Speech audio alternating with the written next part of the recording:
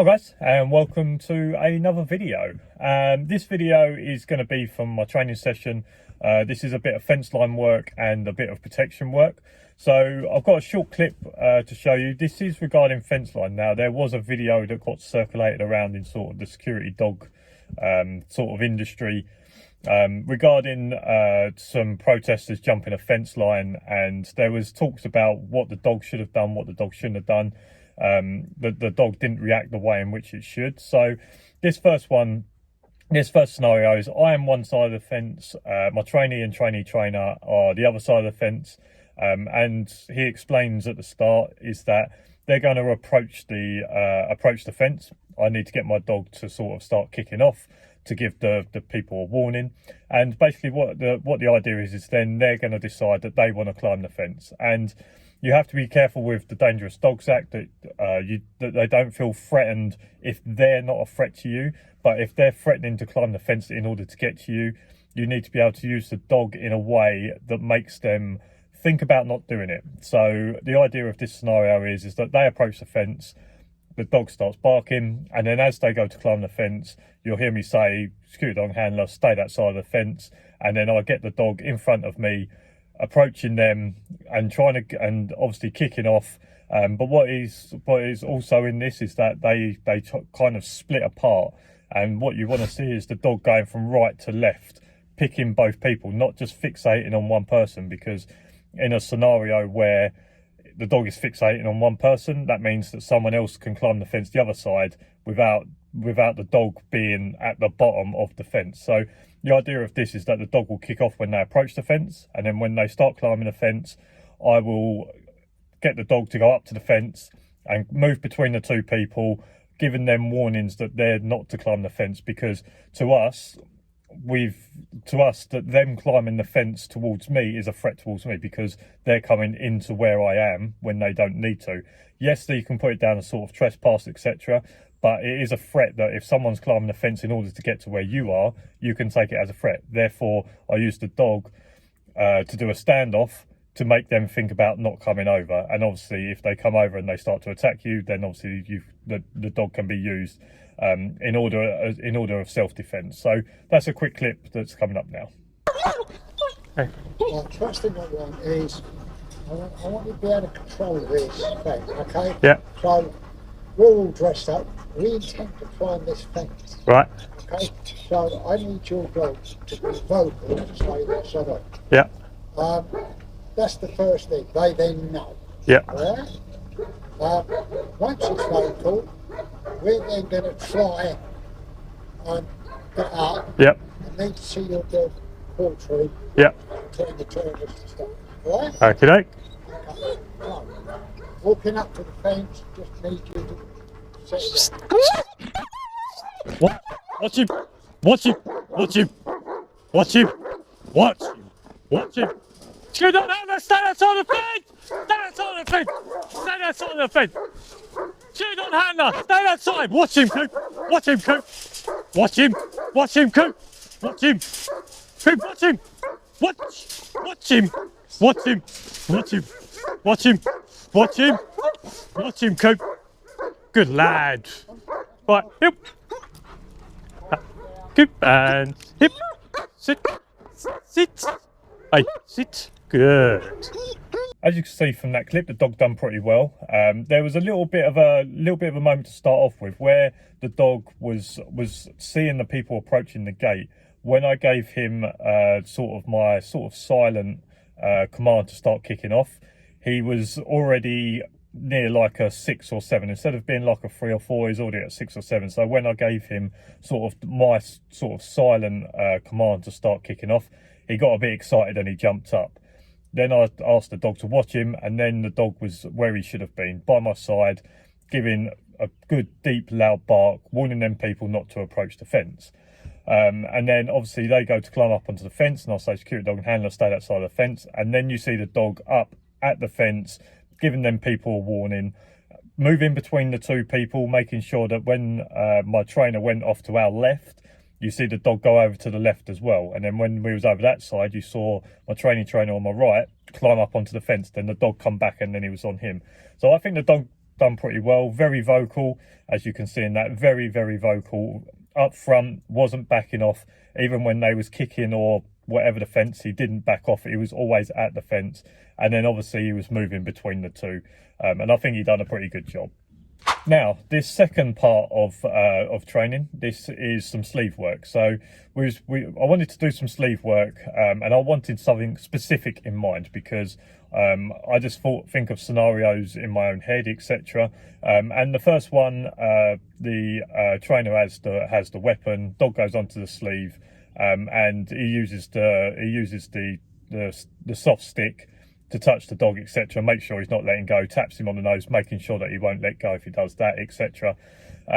What I have found with my dog is that when I ask the person to stop fighting the dog, when they go limp, he does let go. So because of the way in which we've taught him, when someone stops struggling, my dog will let go because they've not become a threat. But normally this has happened once they've dropped the stick, etc. Then the second one is the same sort of thing, but letting the dog win the sleeve, because it's about the dog winning. So you never do sort of sleeve work where the dog always has to out and come back. In terms of training, you want to make sure that the dog wins the sleeve as well. So they're the first two, and then the third one. So the third one was my scenario, and it was that the dog goes in for the bite, and in my head, I think that if the dog goes on, the first thing people will try to do is try and grab the collar, whether that's to try and choke the dog off or whether that is to get a grip of the dog. So all I asked my trainer to do, obviously in a safe way in which he can, is I just wanted him to try and grab the collar and see what my dog done. Because like I say, if someone grabs the collar of my dog and the dog lets go and backs off, then that's an issue for me that I then need to work on. So it was important for me that we done some sleeve work where the trainer tried to grab the collar to see what the dog would do.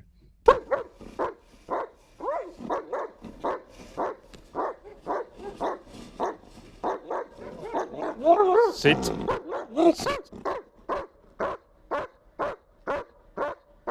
Enough. Enough. When I wave the stick, you tell me to drop the stick, I will be chucking it in the air. Right. If he does let go, Yeah. I'm going to be engaged with that. Okay.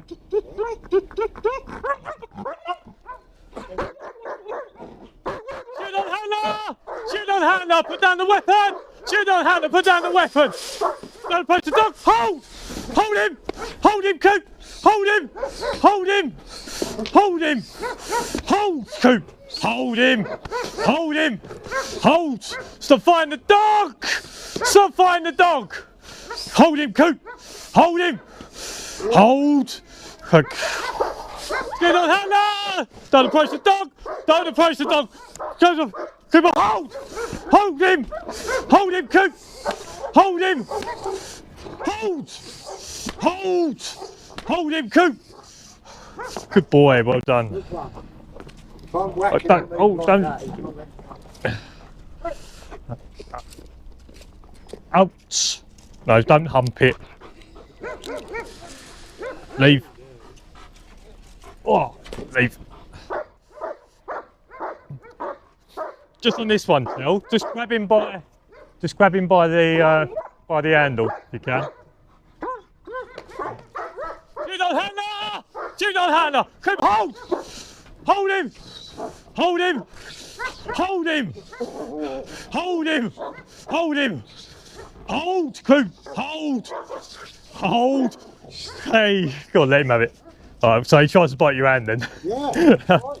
And as you can see in that, again, I think that's pretty good. I say the only thing out of it is that I never told the dog to out when he let go, but to me it's the best of two evils. So you've got sort of two evils in that, is that the attacker goes limp once they've let go of the weapon. The attacker goes limp and the dog lets go, or the attacker goes limp and you can't get the dog off.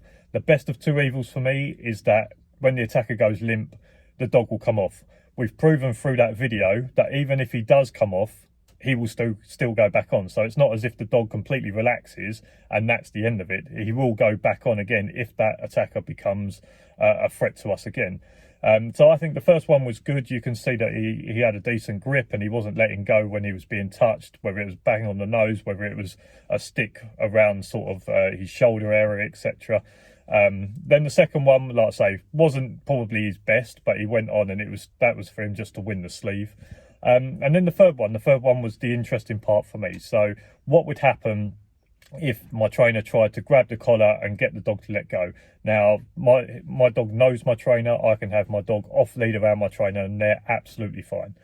But we've put the dog in a scenario where, to my dog, this is a fight. Maybe not to the death, but to my dog, this is a fight, and my dog has to win this. In his head, he feels I have to win this.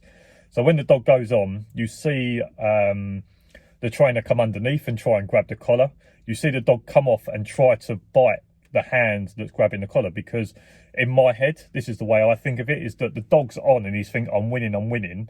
And then all of a sudden he gets a grab around the collar and the dog thinks, oh, hold on, he's starting to get the upper hand. If I get rid of this hand that's grabbing my collar, then I'll be back on top again. So you see him come off, bite and try and bite the hand of my trainer. And then once he pulls his hand away, he goes back onto the sleeve because it's still in a fight. I haven't told the dog to stand down. We're still in that fight. Then he goes to do it again. Similar. Dog comes off, tries to get the hand. Trainer pulls the hand away, and the dog goes back on the sleeve. And then a third time again, when he grabs the collar and he tries to lift the collar up to not choke the dog, but as if it was to try and make the dog uncomfortable to let go, you see the dog come off and try and bite the hand. So for me, that is good. And then obviously he goes onto the sleeve, back onto the sleeve, and then we let the dog win. So to me, that is good, because if my dog had to, in a last resort sort of situation, if my dog had to bite someone and they tried to grab the collar in order to try and choke the dog off, my dog will try and bite that hand that they're trying to use against the dog. So it's not just a case of like when the dog goes onto the arm, the dog thinks, well, this is it. Like, if this doesn't work, we've got nothing. My dog has the mental capacity to think of, right, this is what I do, and then hold on, this is working against me. I need to get rid of this hand so that I can carry on winning. So I think that was interesting.